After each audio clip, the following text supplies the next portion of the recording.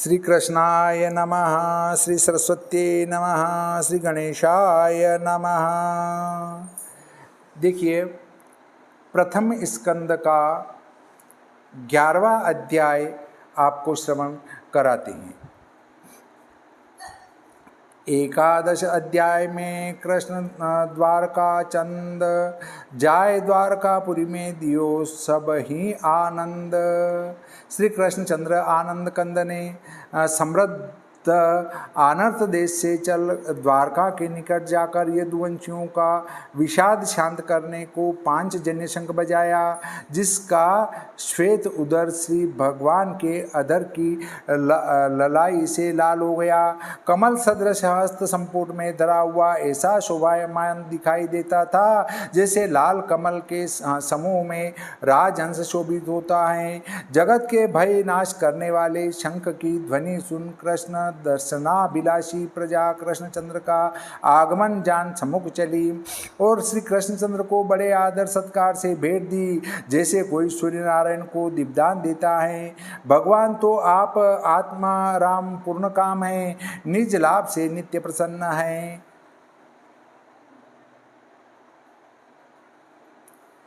प्रसन्न वदन से अत्यंत हर्षित हो गदगद कंठ से मधुर वचन बोले, जैसे सूरद रक्षक पिता से बालक मीठे बोल बोलते हैं। हे नाथ, ब्रह्मा शिव सनकादिक देवता इंद्र से नमस्कृत कुशल की इच्छा वालों में को परम आश्रयदायक, जहाँ काल का सामर्थ्य नहीं, ऐसे आपके चरण कमल को सदा नमस्कार करते हैं।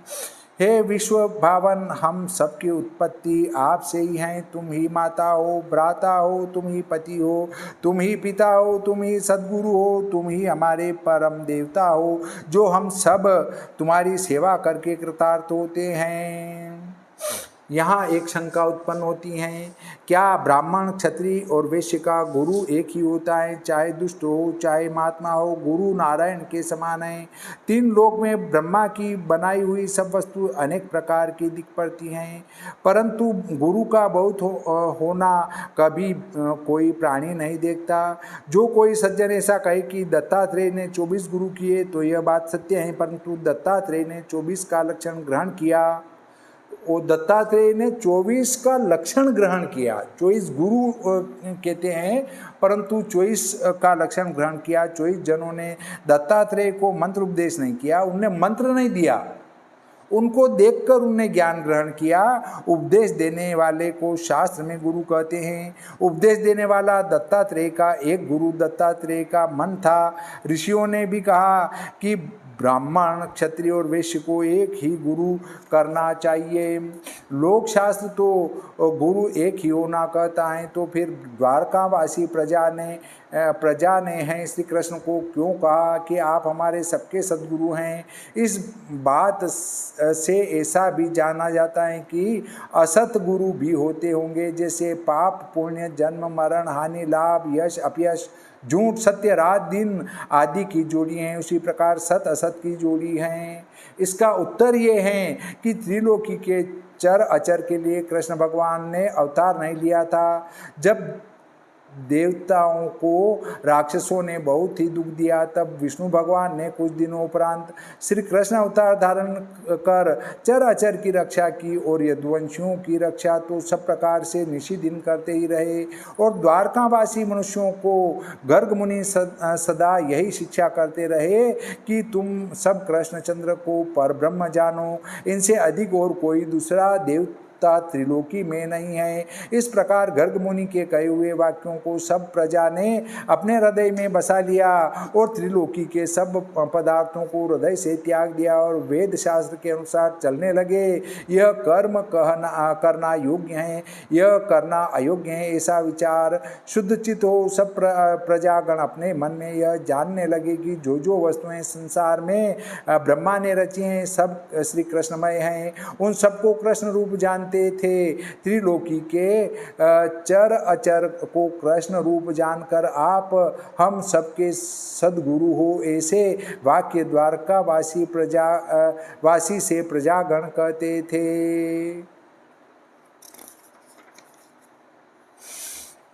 स्वर्गवासी देवताओं का तो दूर से ही दर्शन होता है, और जिसमें सब प्रकार की सुंदरता और प्रेम भरी मुस्कान मनोहर वचन बाकी चितवन सहित आप वे मुख को सदा देखते हैं। इस कारण हम ऐश्वर्यवान हैं। हे अम्बुजाक्ष, हे अच्युत, जब आप हस्तिनापुर को अथवा मथुरा को अपने इष्ट मित्रों को देखने को पधारते हो, वह समय करोड़ वर्ष के समान हमको व्यतीत होता है। जैसे सूर्य के बिना नेत्रों से कुछ नहीं दिखता, ऐसे हमारी गति हो जाती है।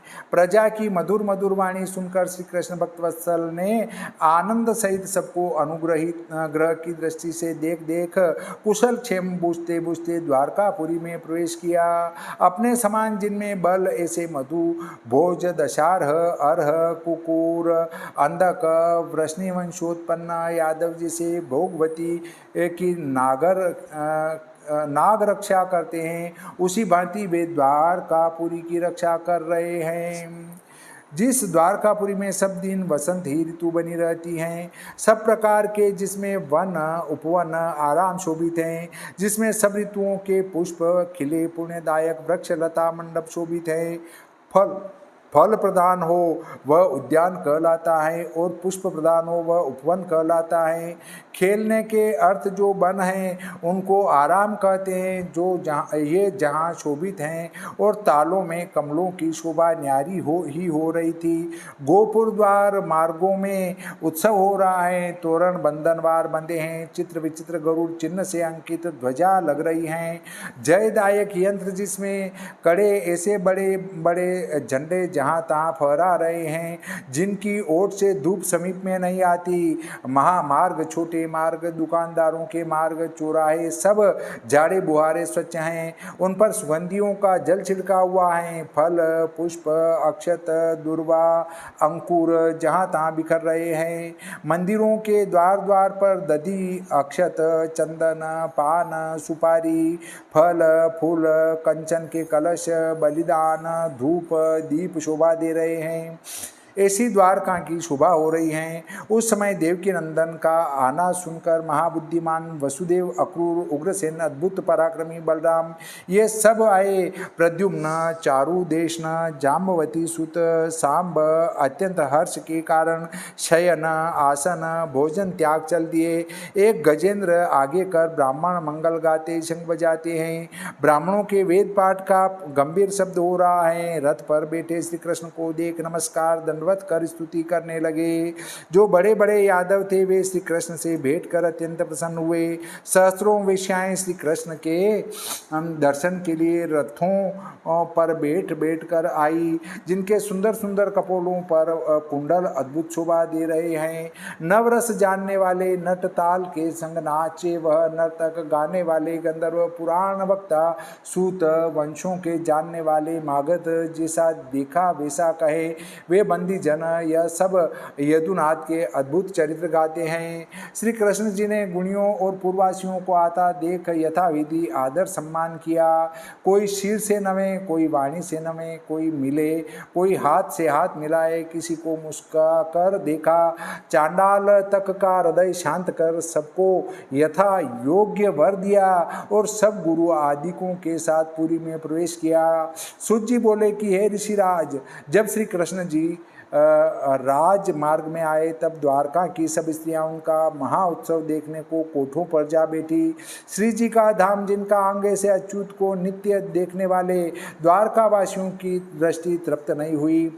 लक्ष्मी जिनके हृदय में वास करे, जिनका मुख सब प्राणियों की दृष्टियों की सौंदर्य अमृत पानार्थ पात्र है, जिनके बाहु लोकपालों का निवास स्थान है, शुक्ल छत्र चमर की शोभा निराले है ही ढंग की हैं। मार्ग में पुष्पों की वृष्टि और ही रंग दिखा रही हैं। श्याम अंग पर पीतांबर वनमाला की छवि और ही प्रकार की थी। यह सब छवि मिलकर कैसी ज्ञात होती थी, मानो सूर्य तारागण इंद्र धनुष बिजली ये एक संग विराजमान है। शुक्ल छत्र से सूर्य की उपमा दी, पुष्प वृष्टि से नक्षत्रों की, चंद्रमा सम ब्रह्म मंडलाकार चमर की, धनुष से वनमाला की, बिजली से पीतांबर कि इसको अद्भुतोपमा कहते हैं। राजभवन में आकर अपनी माता से मिले, फिर पिता के मंदिर में जाकर पिता को दंडवत कर सिर से सातों देव की आदि माताओं की आनंदित होकर वंदना की।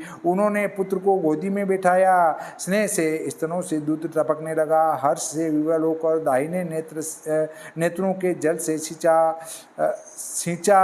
पीछे हस्तिनापुर का कुशल, महाभारत का वृतांत और पांडवों का विजय सब ब्यौरेवार सुनाया। पांडवों की विजय सुनकर वसुदेव देवकी प्रसन्न हुए, परंतु गांधारी के पुत्रों का और महारथियों का मरण सुनने से शोक हुआ।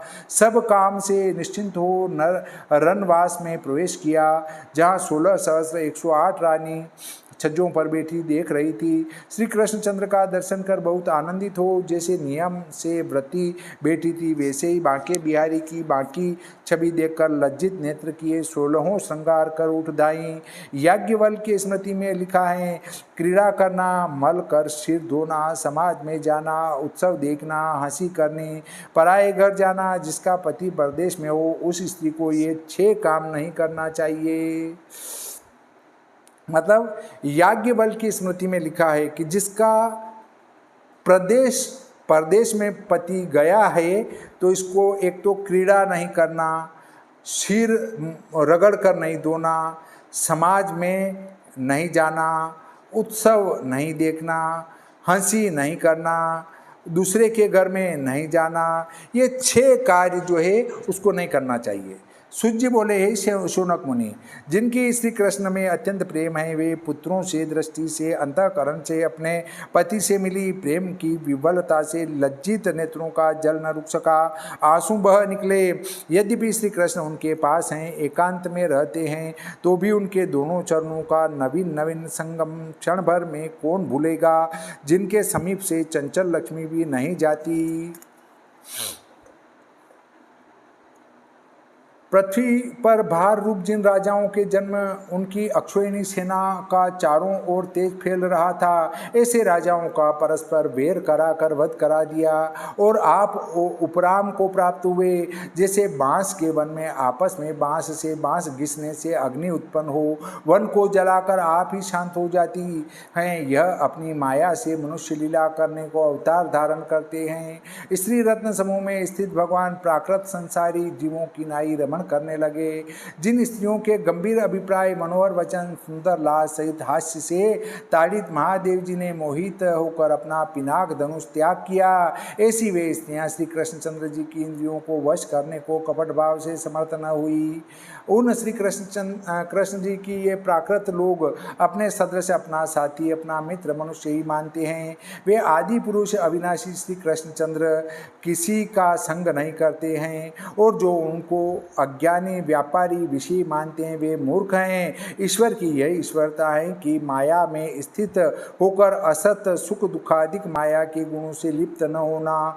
जैसे माया श्रेया बुद्धि माया की उपाधि में लिप्त नहीं होती है, वे मूर्ख स्त्रियां श्री कृष्ण के प्रभाव को न जानकर स्त्रियों के प्रेमी एकांत विहारशील अपने पति को मानती थी। जैसे अहंकार वृत्ति युक्त बुद्धि ईश्वर को स्वाधीन मानती है। श्री महाभागवते महापुराणे प्रथम स्कंदे पाशाटिकायां श्री द्वारकानाथ द्वारका प्रवेशो नाम 11वाध्यायः। बोलिए श्री कृष्णचंद्र भगवान की जय, श्री रामचंद्र भगवान की जय, बजरंगबली की जय, सरस्वती मैया की जय, श्री गणपति जी महाराज की जय।